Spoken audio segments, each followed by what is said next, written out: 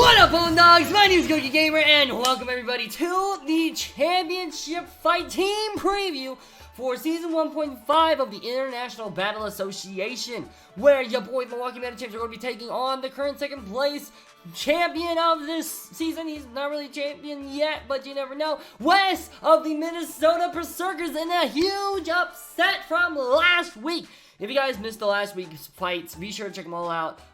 Links to all the coaches down below in the description. Particularly Q's and Titans fight, because holy frick, that was... wow! But anyways, so as you can see here, I'm going to go into the analytics later, but I just want to give you guys what's going on right now. So as you can see, the two highlighted right now are your boy, the Milwaukee Medichams, and then Wes right behind us. So we are both the only ones that have a 6-1 win-loss ratio, which means that we are top of the league, pretty much. That's pretty much what that means. So overall, very, very nervous, very, very excited, because our one loss actually was by Wes. So that's very concerning. But yeah, because we're the two top placers at the end of week 7, which is when we're ending the season, because the DLC, as of the time of this going up, is out now, so we're going to be starting season 2. Season 1.5 was meant to just be like a placeholder season, just for fun, you know, randomizing teams, all that fun stuff. So we're not finished. We're like kind of ending the season here. I should say we're not ending the league. Gosh, no, we're ending the season here, so that way we can focus on season 2 and the DLC and using those new Pokemon and things like that. Which, by the way, I'm very excited about it. I've already got some ideas planned for a team, so be looking forward to that whenever I get a Season 2 team. But yeah, anyways, let's go ahead and talk about the Pokemon, what we've got, what he's got, and all that fun stuff. So, on my end, we have got Gigantamax, Dreadnought, Reshiram, Ditto, Tyranitar, Hawlucha, Doublade, Weezing, Galarian, Gigalith, Rhydon, Ninetales, and Jellicent. I actually brought Jellicent 3 times. Dang, I didn't know that. And then we ended up dropping Zekrom. So, and as you can see in the fun facts, the only person to see 6-0 in Season 2 thus far, which should be Season 1.5, and then 6-0 4 times thus far. So, unfortunately, and again, spoilers if you guys missed last week, but we are not the only ones to 6-0 in this season. Thanks, Q, for stealing that title from me. But anyways, interesting facts. Gigalith is our kill leader right now, and I'm pretty sure, hold on a second, just give me 2 seconds. He is on the leaderboards. He's on the kill leaderboard. He's number 5 on the kill leaderboard, so I'm very, very proud of my son. I'm very, very proud of my boy Radiation. The Pokemon that's been brought the most is actually Galarian Weezing, and Galarian Weezing I knew about. Ninetales surprises me though. Dang, I didn't realize that. So the only week I didn't bring Ninetales was week 2. Dang. I'm too predictable even for my own good. But as you can see here, most of my Pokemon are in the positives in differential and kills, because we 6-0'd so many people. Gigalith obviously is number 1 on our team. Next up is Ditto at 5. Next up is Zekrom at 4, who we dropped. Dreadnought is next up with 3. Reshiram's up with 2, along with Rhydon. Let's see here. Do we have anybody at 1? No, we don't. But the 2 at 0 are Hawlucha, who finally hit the field. Praise be! Hawlucha finally hit the freaking field. And then Ninetales are both at 0. And then the negative ones are Tyranitar, Galarian Weezing, and Jellicent. Unfortunately, Jellicent's not going to change, but Tyranitars and Weezings might. Most likely not Weezings, but Tyranitars might, and I'll show you guys why. Spoiler alert, we're bringing Tyranitar. And on my opponent, the Minnesota Perrserkers side, he has got Gigantamax, Garbodor, Eternatus, Mew, Alolan Ninetales, Primarina, Arcanine, Reuniclus, Celebi, Cinccino, Haunter, and Hitmonlee. So he actually made a couple of changes on his team since we last plotted him. He re-rolled his B-Sharp and got Primarina as a result. He traded with Titan Chandelure for Reuniclus, and then he got Cinccino after re-rolling that from Decidueye. So overall, definitely a big improvement to his team. That's all I can say about that. He had the best differential in Season 1, so he has done really well in the history of the IBA thus far. And then the only person to 6-0 in Season 1, which was actually the very first week. So that was pretty insane. He has brought Garbodor and Eternatus every single time. Both of them have 6 wins. Kills, that doesn't matter, whatever. Let's see, Arcanine he's brought the second most with 6. He loves that thing. I'm certain he's going to bring this thing. In terms of what I think he's going to bring, speaking of, he hasn't brought Reuniclus or Cinccino, actually, which is kind of interesting. The things I think he's going to bring, I think he's going to bring Gigantamax, Garbodor, Eternatus. Those 2 are definitely coming, 1000%. Primarina, I think has a very good chance of coming. Arcanine has a very good chance of coming. And then he might bring Reuniclus and Cinccino, because he has not yet to bring both of those mons. I could actually very much see that. I hope he does bring those 2 and not Mew. That'd be nice. But, anyways, yeah, that's what I'm thinking he's going to be bringing. Overall, there's a bunch of things he could bring. I don't think he's going to bring Ninetales this week. I don't think he's going to bring Celebi. Or maybe he will. I don't think he's going to bring Haunter. He might not bring Hitmonlee. So overall, he's got a very interesting team. So, yeah. Anyways, let's go ahead and talk about my team. Let me get my notes up real fast. I'm going to have to blur this part out because I forgot about this. Here we go. And here is Champion Wes's team. Beautiful. Alright, so the first one on our team, as you can see, Tyranitar is making a return. Last time we brought Tyranitar, he actually was the Pokemon that we brought for a Sand Setter versus him week 2. That was the last week we brought him. And he didn't really put in much of a fight because he ended up getting one-shot by close combat. Well, not this week, because this week we were running Max Attack, Max Speed with the Adamant Nature Crunch, Earthquake, Thunder Punch, and Dragon Dance with the Chople Berry. This team is unlike any I've brought thus far, and most of these mons are MVPs on the team, so I'm very, very excited about it. Chople Berry, what that does is it weakens fighting type attacks back to like regular effectiveness, or like halves it. I should say it halves it. So like Arcanine can't knock me out. Anything else with the fighting move can't knock me out besides Hitmonlee. And yeah, it's great. So Crunch does just a lot in general. It also hits the Celebi, Reuniclus, and Mew super hard. Earthquake does a lot of damage versus the Garbodor and Eternatus. And Thunder Punch does a lot of damage versus the Primarine in particular, so that way that thing can't wall me. And Earthquake also hits the Arcanine as well. So overall, this thing can hit pretty much everything. Ninetales is not going to want to take a hit from this thing. And then Dragon Dance, obviously, if we can set up to like +2 or +1, whatever, this thing is going to be so good. And especially with Sandstream boosting up his already naturally bulky special defense, he is going to be really, really broken. Reuniclus can't Focus Blast me, so I can Dragon Dance in his face, and then Crunch, I don't think that'll kill, but still, always worth noting. And yeah, that is Gojira. Also, I think I have a theory, right? I have a theory. The reason we lost last week, when we fought Wes, I accidentally named my Tyranitar Goliza instead of Gojira, so I think that with this name, this is a true Tyranitar. That last one was a fake. This one's the true one. Next up on the team, we have got Emily Misa, the Ninetales, who have apparently brought 6 times. I am stunned by that. Holding the leftovers with the ability Drought, Fire Blast, Energy Ball, Agility, and Calm Mind is its moveset. I'm thinking about maybe changing one of those to Psyshock or something like that. I was originally going to run Weakness Policy. There was a bunch of different things I was going to run, but I ultimately decided to just go with this. I'm still kind of on the fence about it. I might change it last minute. 60 in special attack, 196 in special defense, and 252 max speed. This thing can outspeed things like the Eternatus, and setting up Calm Mind always is very beneficial. This thing can stall out a lot of his mons, including Primarina. I actually might change Energy Ball to Psyshock for that reason, now that I think about it. Fire Blast just deals a crap ton to everything, and with Fire Blast it has the guaranteed chance of one-shotting certain mons, as opposed to Weather Ball even, which does not. It has a chance of like not hitting, or like it has a chance of not killing. So I'd rather sacrifice accuracy for the guaranteeing the KO. So that's why I'm doing that. Hopefully RNGesus will be on our side.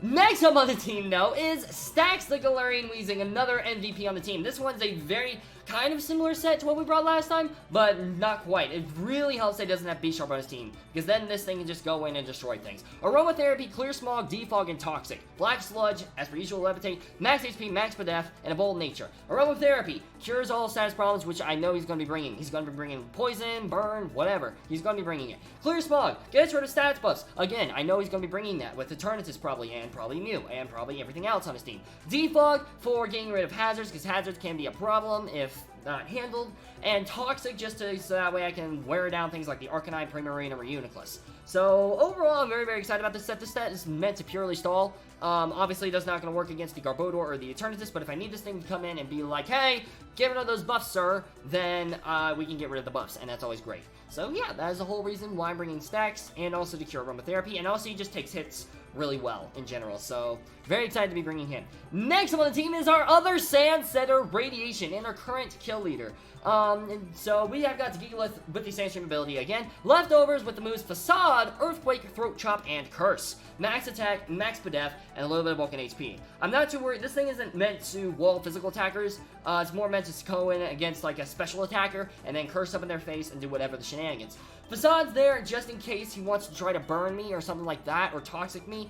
Then I have Facade that will kill a lot of Pokemon on his team. So even if Glaring and Wheezing goes down and something has to get poisoned or something like that, we have got Radiation here. He's gonna help us through.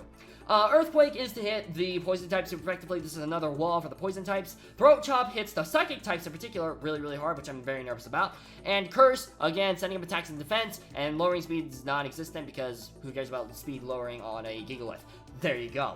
Next up on the team, we have got Justine making a return as well. This is a very interesting set. I'm so excited to be using this set. 148 in defense, 172 in speed, and 188 in speed, 172 in special defense. And he's got the moves Dragon Claw, Flare Blitz, Roost, and Dragon Dance. This is going to be, I'm excited to be pulling this strat out. Normally, obviously, Reshiram's runs a special attack, but the thing that you don't know is Reshiram's attack is actually really good at the base 120. Granted, it's not near as good as the special attack, which is 150, but with the Dragon Dance set, we outspeed, if we set up one Dragon Dance with this set, we outspeed max speed to Eternatus. I'm pretty sure that's the case. If not, I did calcs wrong. Dragon Claw is going to deal a lot of damage. Roost, obviously, roosting up is always very nice. Flare Blitz deals a lot of damage to whatever wants to come in. Roost, again, restores HP, and the Dragon Dance, obviously, the Dragon Dance. So I'm very, very excited about this set. He's going to have an extremely hard time taking this down. The only thing that can really wall it is Arcanine, a bulky Arcanine set, and Primarina can wall it really well. But other than that, he's going to be expecting me to bring Solar Beam on this thing because I also have Ninetales. So he's not going to want to send in Primarina, especially when the sun's up in particular. So I'm very, very excited. And the last up, but not least on the team, we have got Mega Bowser, the Dreadnought Gigantamax form. I don't know why I said it like that, but don't judge me. Life Orb once again with the ability Strong Jaw, Liquidation, Rock Polish, another Wax set, Earthquake, and Crunch. Obviously, as you can tell by all these mons are meant to set up sweep. So Wheezing is meant to support and make sure no hazards are in the way, and then the rest of these mons can just come in, set up a couple times, and then sweep. Rock Polish guarantees me to outspeed a lot of his mons, if not all of them. Max attack just to deal as much damage as possible, particularly against the Eternatus. And 204 in defense just to take physical hits as much as possible. And then 52 in speed, because why the freaking heck not? Liquidation is just to have Stab Water. It also hits everything super hard. It also sets up rocks on his side of the field, which can be very, very nice for us. Rock Polish, obviously, like I just said, raises speed +2. Earthquake deals a lot of damage versus the poison types. It also ups our special defense, which in the Sandstorm is always very nice. And then Crunch, combined with Strong Jaw, is going to deal a crap ton of damage to the Psychics. I'm hoping that if he switches out... Oh, sorry, Jelly. He's sitting in my lap. I'm hoping that if he switches out, if his answer is a Psychic Mon, we Rock Polish, we outspeed, we Crunch, he's dead. That's the goal. So I'm very, very excited about all these sets. Obviously, a lot is going to have to go in our favor in order for this set to work. There are certain mods that wall there are certain Pokemon on his side that wall Pokemon on my side. Primarina is going to be a huge issue, which is why I think he's going to be bringing it. If I had Zekrom, he might not actually bring it if he had Zekrom, but you never know. Or if I still had Zekrom. But, yeah, Garbodor, Eternatus, obviously are both coming. Well, maybe not Garbodor, but the Eternatus definitely is. Lola Ninetales, I don't think is coming. Arcanine, I think is a very, very good chance of coming. Reuniclus, I think is a very, very good chance of coming. Centino, I would not be surprised since he hasn't brought it yet. Hitmonlee, he might bring, but everything else, most likely not. So, yeah. Unless he pulls off a Healing Wish Celebi again, which would be whack. But anyways, let's go ahead and talk about analytics real fast before we wrap things up. So, to end off the regular season, here are the analytics. You've got your boy, Gokey Gamer, with a 6-1 with a 25 in differential, which is very nice. 37 kills. Which means overall we had 12 deaths throughout the season. That's pretty impressive if you ask me. Next up is Wes with a 6-1 with the 10 in differential and 39 kills. Right behind him is Q the Costa Rican overtaking Titan in an upset at the 7 in differential and 35 kills. Oh my gosh, and this man still hates Clefable. I swear, I'm gonna punch both of these guys in the face for hating my boy Pinky like that. How dare you hate Pinky, Q? I know you're not watching this, but frick you. I'm sure he probably is watching this. Shouts to Q. Next up is Titan Gaming 5-2 with a 7 in differential as well with 32 kills. Slightly Salty is up next with a 4-3 with a 1 in differential with 31 kills. Next up is JV at 6 with 3 and 4 and a 3 in differential. I actually didn't know that. 31 kills as well. Next up is Training TV with a 3 and 4 and -3 in terms of differential with 30 kills. And next up on top of that is Kyogre Kawhi with a 1 and 6 -13 in differential, 25 kills. Next up is the Rebel Trainer at 1 and 6 -20 with 21 kills. And last up is Teichichi with a 1 and 6 -20 in differential and 18 kills. Now, something that did make me feel a little bit better about how last week went, because I did find out Stremy did have close combat on his Terrakion, and he just clicked Earthquake because he was just thinking to himself, like, oh, I don't want my defenses to be lowered, which is very understandable, obviously. And he didn't think it would kill it. To be fair, if I was max bulk, it wouldn't have killed.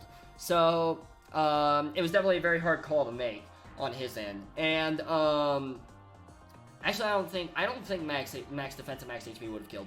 I know it was max defense, but I didn't have any investment in HP. I can't remember. But anyways, the fact that Titan lost means I still would have made it to the final fight anyways. So that's very nice.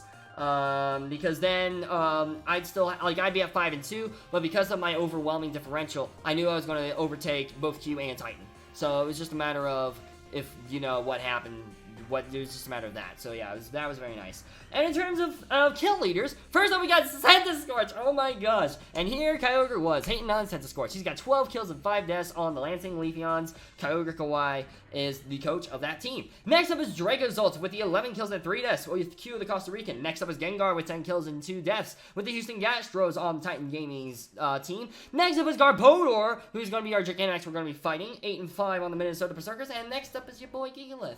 Very, very exciting indeed. With the 7 kills and only one on the top 5 leaderboards to not have a death with the Milwaukee Medichams. I feel very proud of that accomplishment.